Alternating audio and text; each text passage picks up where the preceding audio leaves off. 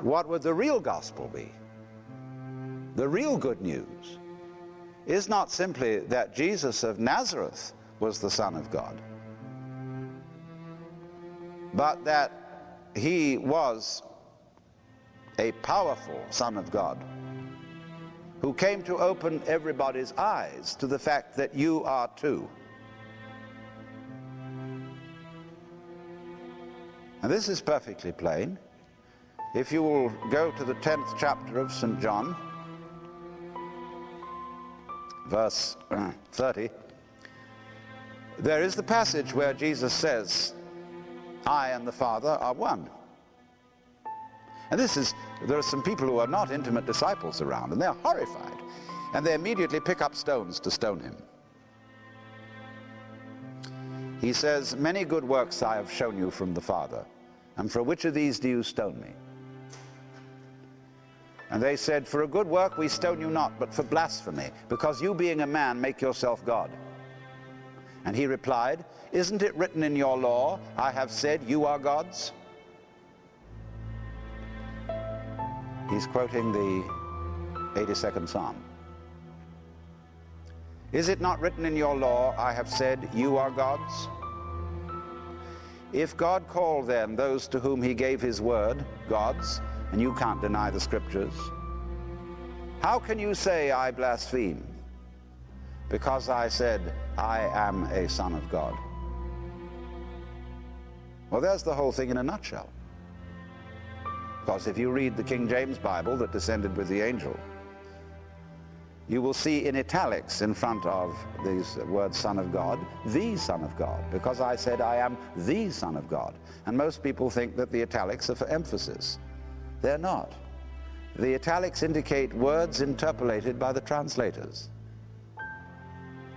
You will not find that in the Greek. The Greek says a Son of God. So it seems to me here perfectly plain that Jesus got it in the back of his mind that this isn't something peculiar to himself. So when he says, I am the way, no man comes to the Father but by me, this I am, this me, is the divine in us, which in Hebrew would be called the Ruach Adonai. There's a great deal made of this by the esoteric Jews, the Kabbalists and the Hasidim. The Ruach is the breath which God breathed into the nostrils of Adam. It is differing from the soul. The individual soul in Hebrew is called nephesh. And so we translate the Ruach into the Greek pneuma and the nephesh into psyche or psyche. The spirit. And you ask a theologian what's the difference between the soul and the spirit, and he won't be able to tell you. But it's very clear in St. Paul's writings. So the point is that the Ruach is the divine in the creature, by virtue of which we are sons of, or of the nature of God. Manifestations of the divine. This discovery is the gospel, that is the good news.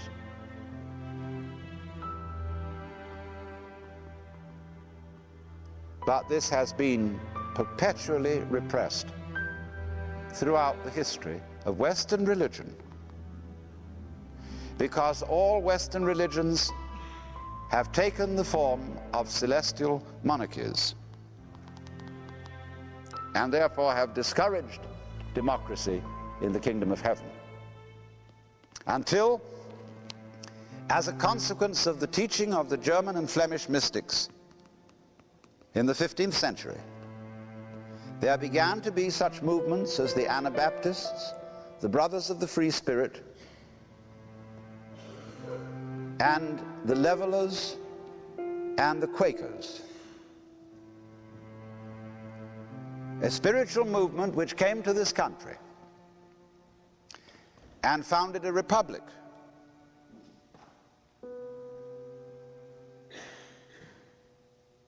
And not a monarchy. And how could you say that a republic is the best form of government if you think that the universe is a monarchy? Obviously, if God is top on a monarchy, monarchy is the best form of government. But you see, ever so many citizens of this republic think they ought to believe that the universe is a monarchy. And therefore they're always at odds with the republic. It is from principally white, racist Christians that we have the threat of fascism in this country. Because you see, they have a religion which is militant, which is not the religion of Jesus, which was the realization of divine sonship, but the religion about Jesus, which pedestalizes him, and which says only this man, of all the sons of woman, was divine, and you had better recognize it. And so it speaks of itself as the church militant, the onward Christian soldiers marching us to war.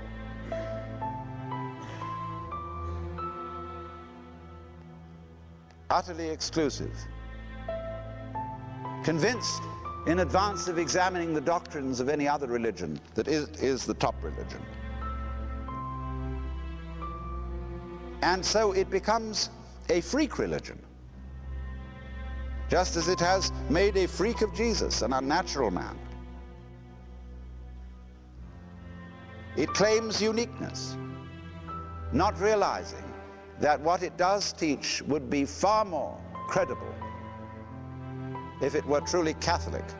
That is to say, restated again the truths which have been known from time immemorial, which have appeared in all the great cultures of the world.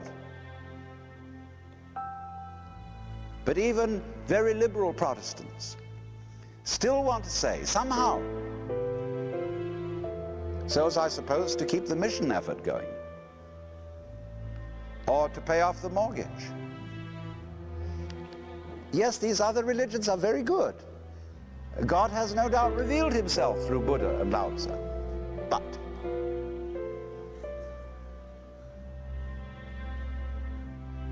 now, obviously, it is a matter of temperament. You can be loyal to Jesus, just as you're loyal to your own country. But you are not serving your country if you think that it's necessarily the best of all possible countries. That is doing a disservice to your country. It is refusing to be critical where criticism is proper. So of religion. Every religion should be self-critical. Otherwise, it soon degenerates into a self-righteous hypocrisy.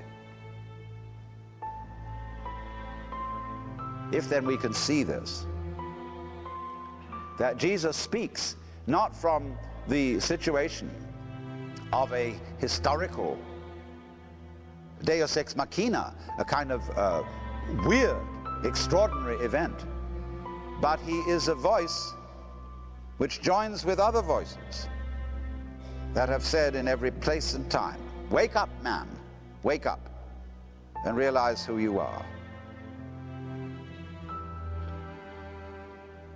Now, I don't think, you see, until churches get with that they're going to have very much relevance. You see, popular Protestantism and popular Catholicism will tell you nothing about mystical religion. The message of the preacher, 52 Sundays a year, is, dear people, be good. We've heard it ad nauseam. Or believe in this. He may occasionally give a sermon on what happens after death or the nature of God, but basically the sermon is be good.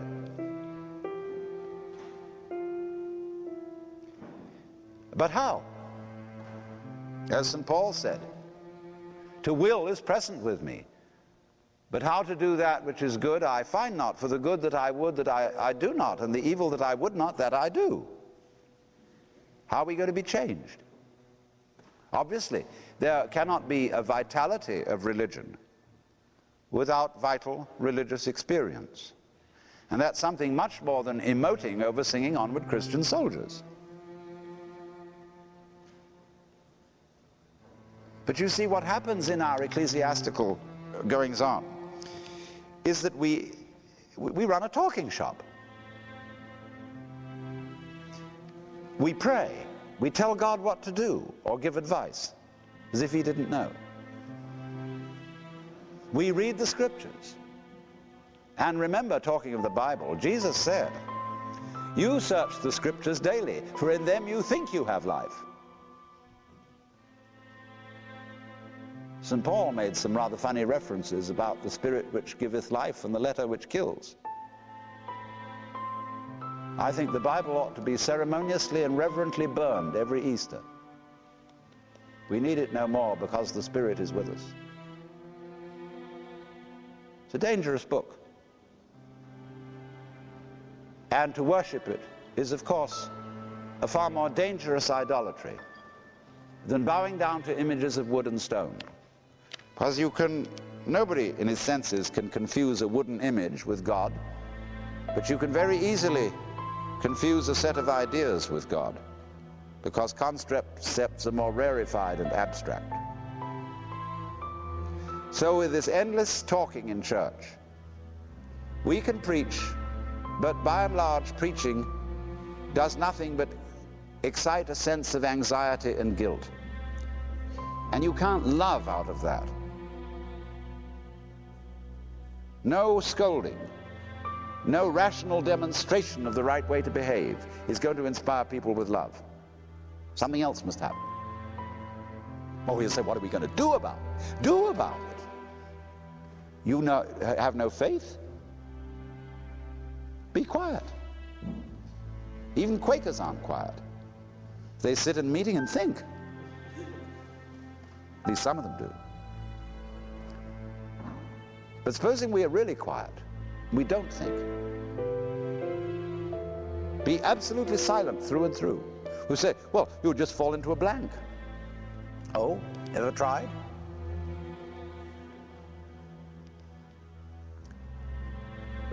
I feel then, you see, that it's enormously important that churches stop being talking shops. They become centers of contemplation. What is contemplation? Contemplum. It's what you do in the temple. You don't come to the temple to chatter.